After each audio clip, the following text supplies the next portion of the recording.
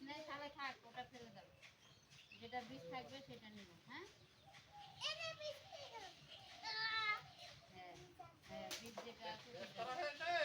না না, ব্রাশ আবার কি? আগে কাজ করে নিক তারপরে ব্রাশ। না না, ওর কাজটাই ওর খিদে, ওর কাজটাই ওর খাবার। এতগুলো সিম না বাদ পরে করবে। ও অনেক সিম না, ও কাজগুলো করে তারপরে তো ব্রাশ করবে।